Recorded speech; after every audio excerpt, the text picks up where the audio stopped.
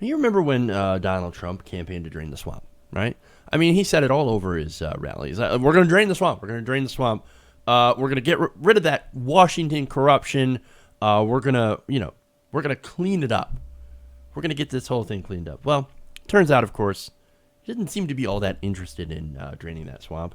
After all, Yeah, little did we know that was just his code for he's going to go jerk off. You. That's nasty. Nasty. Um, What else did it mean? What else did it well, mean? I, Meant nothing. It meant apparently, nothing. for example, he put in I Rex think that was Tillerson. his joke on all of us. It's not the only joke. Okay, I believe Oh, absolutely not. But he I is do the think joke. that was his like Roald Dahl-esque moment. Like the whole thing in Charlie and the Chocolate Factory. The Snosberries were dicks. You know that, right? Yeah, Yeah, it's the same thing.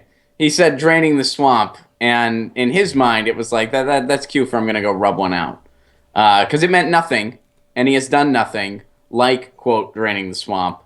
So I'm pretty sure that's all it was code for. It was his Roald Dahl-esque moment. essentially.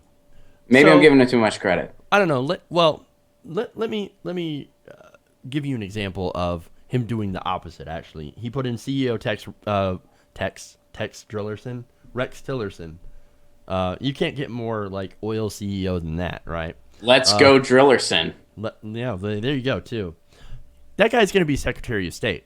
And then, of course, you have Stephen Mnuchin as Treasury Secretary, who's, of course, a former Goldman Sachs guy, and one of the guys who was responsible for repossessing a lot of people's houses after the housing crisis. So, fucking classy. And then, of course, as Labor Secretary, you have CEO of Hardee's, Alan Pudzer, or whatever. Yeah, the guy that Yeah, opposes a minimum wage. exactly. It's not Because very we all pro know in labor. the Constitution, it said, let there be a minimum wage so that high school kids can have a little extra spending money. Of Oh, wait, course. no, that's not what it's for. No. It's so that someone working an honest job can afford to live. Yeah. So this guy obviously runs a corporation and is very anti-labor. So seems like it's kind of swampy. I mean, it doesn't look like the swamp's being drained at all. It's actually being filled with more reptiles. Hmm. Now, of course, ironically, that's the same thing Donald Trump supporters were worried about, with good reason, of course, that Hillary Clinton would do. They thought that Hillary Clinton was going to fill the swamp. And hey, we don't we agree. Okay, we don't disagree with that. Of course, she was going to fill the swamp with the same kind of people, but not quite the same kind of people, though. Not like Rick Perry and Rex Yeah. Tillerson. So, but still, she would have some pretty bad choices, probably also from banking. Yeah, she definitely had a few insiders on her list, a few kind of fracking Exactly. advocates that were on her Yep. list and stuff like that. I mean, it would have been nothing close to what Donald Trump's doing. I don't Right. think it would have been anywhere near as severe, but it wouldn't have been it Well, wouldn't have been all rainbows and butterflies either. the problem with Donald Trump is that he's been picking people that are completely opposed to all the different places, the positions that they're up for. Donald Trump, to him, exploitation equals success. And I think I've made that point on the show before, so it wasn't Right. like a huge, but like somebody that is against the minimum wage and exploits labor for their own gain, well, that means they're successful. They should be in charge of labor. Yeah. Somebody that exploits the environment, well, they should be in charge of the EPA. That's the way his mind works. Exploitation equals success. And just because you're good at exploiting something, that doesn't qualify you for a position of service. If anything, it's the opposite. Well, But he doesn't see it that way. right. Well, Andy Pudster is pretty good at exploiting people for wages, so for Hmm. profit, Exactly. minimum wage workers. So, no, you got a good point. Now, of course, now they're already actually admitting that they weren't interested in draining any swamps. No, Trump himself has said, "Oh, on that whole phrase, that whole drain the swamp thing, yeah, I didn't really like it." But then it seemed to have played pretty well. So it's hokey though, but you guys liked it, so I ran with it. I kept saying that. Basically, hey, I said it, you liked it, so I just kept saying it because you suckers ate it up. Congratulations.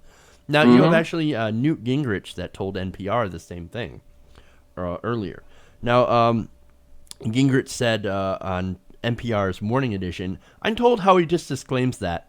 He now says it was cute, but he doesn't want to use it anymore." Nice.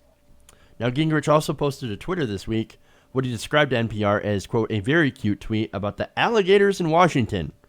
But someone, Gingrich didn't disclose who, sent him a note saying that they were tired of hearing such talk. Newt tweeted out, the alligators are unhappy about draining the swamp. That is the explanation for the nonsense about subverting the Electoral College. Maybe he feels that as president, as the next president of the United States, that he should be marginally more dignified than talking about alligators and swamps. No, wait a minute. Dignified? You want to talk about dignified? Look at who you're talking about, dude. Really? Yeah, it says a lot about where we're at in our politics when the voices of reason on the right are people like Newt Gingrich and John McCain. But wait. Those are like the reasonable voices, quote unquote, that we have. I mean, that's just that's quite an opposition. But wait a minute. Wait.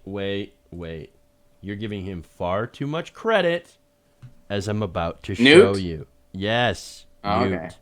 Because see, now once Trump got a hold of this, got wind of this, the media picked it up. Here comes the backpedal. Listen to this. Uh-oh. I want to report that I made a big boo-boo.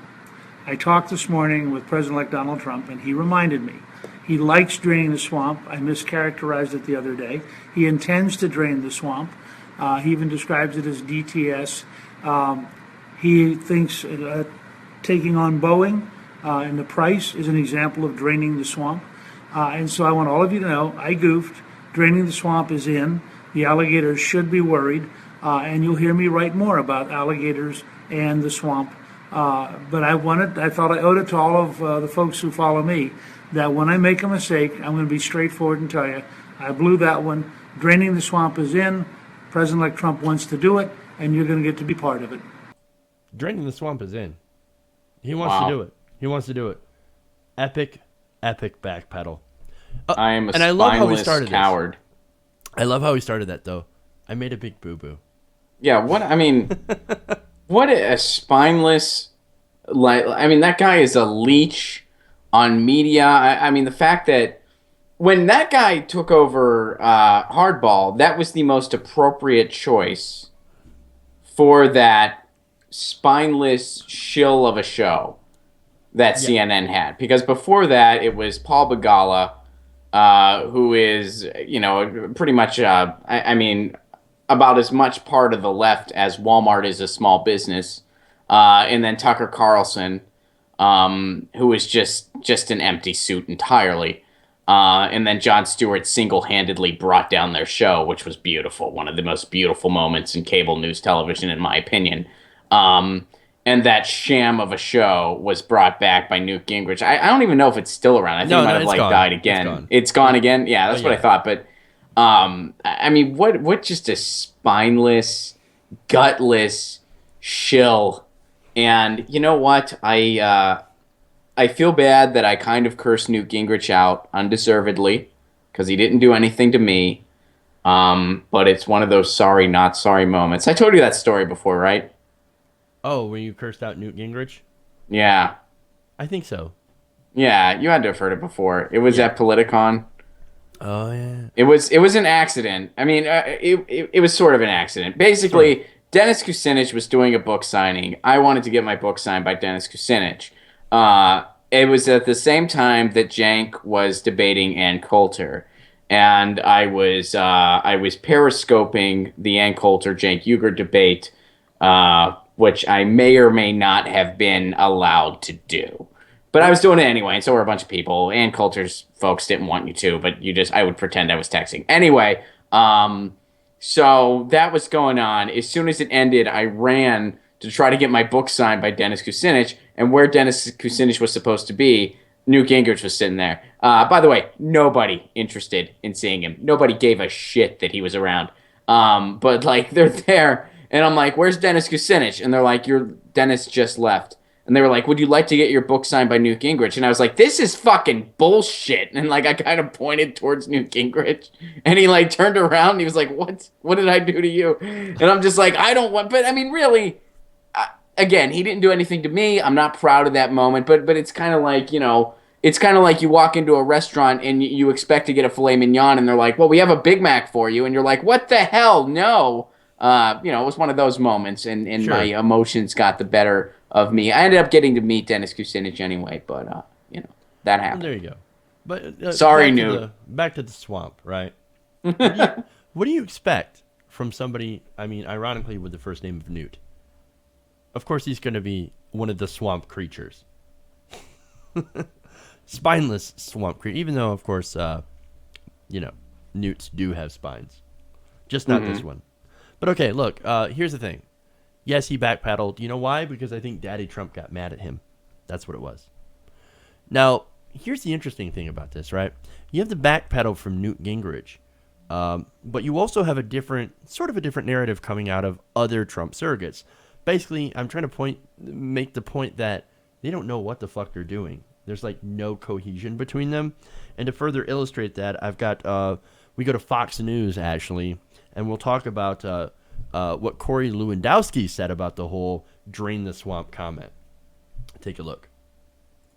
I think if you had to put them in a chronological order, drain the swamp is probably somewhere down the bottom, as opposed to getting tax reform done, making sure middle class people have more jobs, making sure we're renegotiating our bad trade deals, ensuring that we're fixing Obamacare, repairing and replacing that, or replacing that and putting in something new. I think at the end of the day, it's about the economy. So draining the swamp is a larger narrative, but what it's really about is putting people back to work. So, there you go on that. So, draining the swamp, bottom. Even though Newt said in his correction, well, yeah, no, draining the swamp is in. It's in at the bottom, maybe. Under, of course, cutting taxes. That's what they mean by tax reform. Cutting taxes for the rich. Jobs, which, again, means cutting regulations and taxes for rich people. And getting rid of Obamacare, which is actually going to cost more jobs. And actually going to cost more money to get rid of. So, and as far as the bad trade deals go, I'll believe it when I see it. So buzzwords are what got him to where he Pretty is. much. There's a lot of Trump supporters, the ones that aren't just straight up racist that really subscribe to that part of him, that just bought into this outsider narrative, which is comical, but people bought into it nonetheless. Yeah. So the draining the swamp, the outsider, the I'm not a real politician, quote unquote. That's what got this guy the support that he had. People bought into that. They bought into that this was a true new direction. But those were all just slogans. Those were all just buzzwords. If you really asked him, what does draining the swamp even mean to you? He wouldn't have a direct answer. It'd be like that moment where he was like, look at this guy's hat. He would say, look at your hat. That's what he would say. He doesn't know what that means. It worked. But again, that's the one-trick pony that he is. He's a brilliant PR guy and a brilliant snake oil salesman. Sometimes those things are very synonymous skills. In this case, they are. And that's what he sold them. So, I mean, even just the whole draining the swamp phrase, it's fluff. There's no substance in it, none whatsoever. Hey everybody, thanks for watching this video. If you want to see more like this, please hit the subscribe button below. And if you want to support truly independent, non-corporate media, go to our Patreon page and become a patron.